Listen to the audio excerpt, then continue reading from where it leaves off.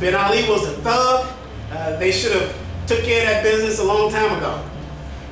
Now, be that as it may, Gaddafi urged the African Union to become a more endearing partner with China. We know that China has engaged since the mid-90s as entrepreneurs and engaged economically in terms of the expansion on the African continent. Not as the former colonials, Europeans, and Americans did. Let me make it clear that. And I've seen this with my own eyes. I saw it in Sudan. I saw it in Egypt. I saw it in the Maghreb on my travels. So America wanted Africa to maintain its economic position vis-a-vis the Berlin Conference, which was that of as a subordinate. Meaning what? I was in Ghana in 1991. Ghana, rich in gold and rich in cocoa, bauxite, all kinds of raw materials. Have to export those raw materials to Europe, then import them back in order to use it. This is incredible. With the relationship with China, it became a problem because of China's heavy investment in building the infrastructure and the manufacturing base in Africa, taking Africa from a working slave labor class vis-a-vis the Berlin Conference in Europe and America into a business relationship. And that prior relationship, meaning taking away from the exporting of cheap labor and raw materials to the West in order to send them back as finished products. Now the Africans, under this relationship with China, be it for the good or the bad of it, that relationship threatens the West and threatens America and allows for Africa to export finished raw materials. That changes the whole game. That changes the whole game. So Gaddafi goes to the Organization of African Union and he tells them not to host the military base that the Americans are looking for, AFRICOM, to put on the African continent, and has them sign into agreement a year ago, 2010. That's why the relationship changed. Because it was Gaddafi who led that charge against AFRICOM, setting up on the African continent. AFRICOM, of course, the Americans wanted to set up a military base all over the world, and this super international military base, do the research. That's a whole other lecture on AFRICOM itself, but its implications on the rest of Africa in terms of its mineral resources, who will control those resources, and I talked about is those people who control the resources who will rule the planet. And this has always been the case, and it's the case now. And if you don't believe me, just ask the Indians who were here before the Europeans got here, and where are they now? Let me tell you where they are. They're running casinos and they're drinking whiskey, and that's the truth of it.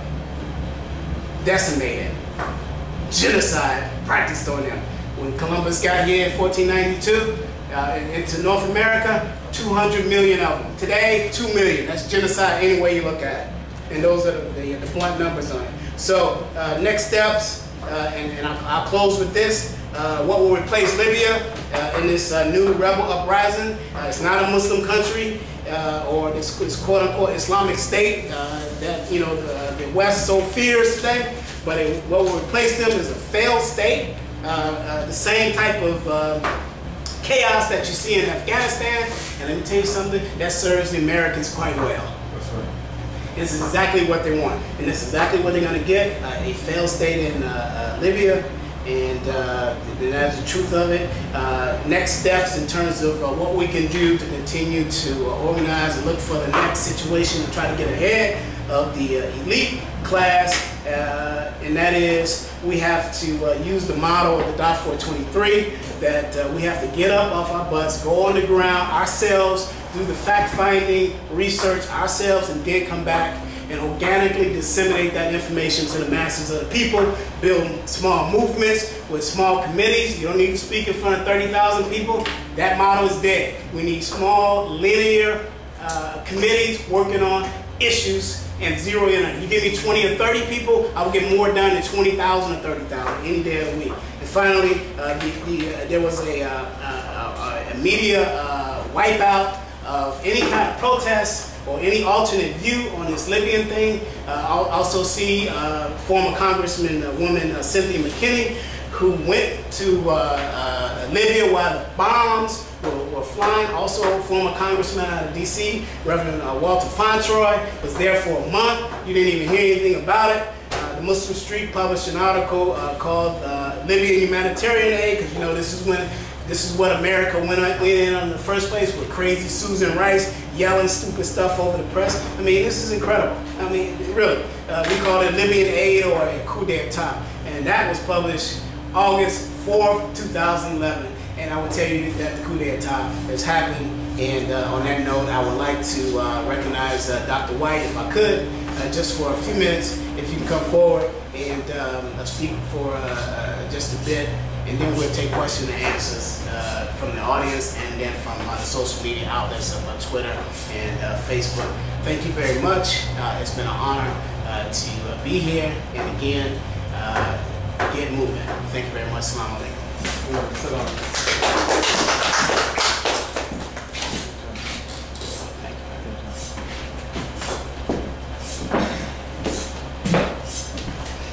Assalamu alaikum. I want to thank Brother Malik and the people who organized this event and the cafe for hosting us. Because oftentimes when we try to speak about things like this that's so pertinent, we can't find places. So please, while you're here, make sure you buy coffee and get a sandwich and patronize organizations and institutions like this. What Brother Malik talked about is on point because right now it's not only an attack on the Muslims, but it's an attack on black people. It's an attack on independence. What do you mean by this? Well, first of all, when you talk about Colonel Gaddafi in Libya, don't forget about the fact that before he took control in Libya in the late 60s, Libya was one of the poorest countries in Africa. Within these 40 years, it has become one of the strongest countries economically in Africa.